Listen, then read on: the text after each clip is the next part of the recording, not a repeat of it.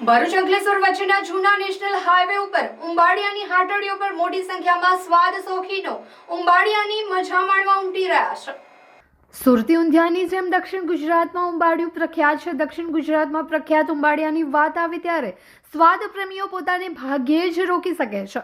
તેમાં પણ વલસાડનું સ્વાદિષ્ટ ઉંબાડિયું પ્રખ્યાત છે। જો કે ઉંબાડિયામાં પણ ઊંધિયા કરતાં તેલ ઓછું જતું હોય અને માટલામાં બનાવાતી આ વાનગીનો ભરૂચ અને અંકલેશ્વરની સ્વાદપ્રિય જનતાને ટેસ્ટનો ચસ્કો લાગ્યો છે।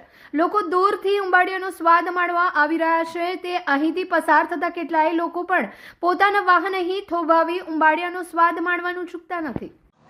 હું ભાવેશ ઉંબાડિયાવાળા ભાવેશ ઉંબાડિયું છે આપણું આ, અને અમે જે આ વસ્તુ બનાવીએ છીએ તે આપણું ટ્રેડિશનલ છે અને કુદરતી વસ્તુ છે આ।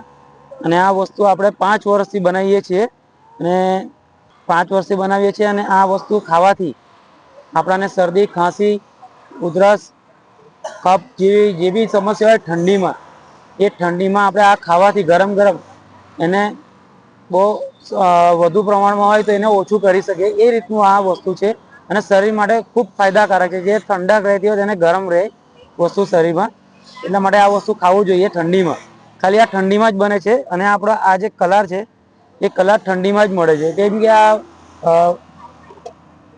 ઓસમાં થાય છે, આપણે ઝાકળમાં થાય છે।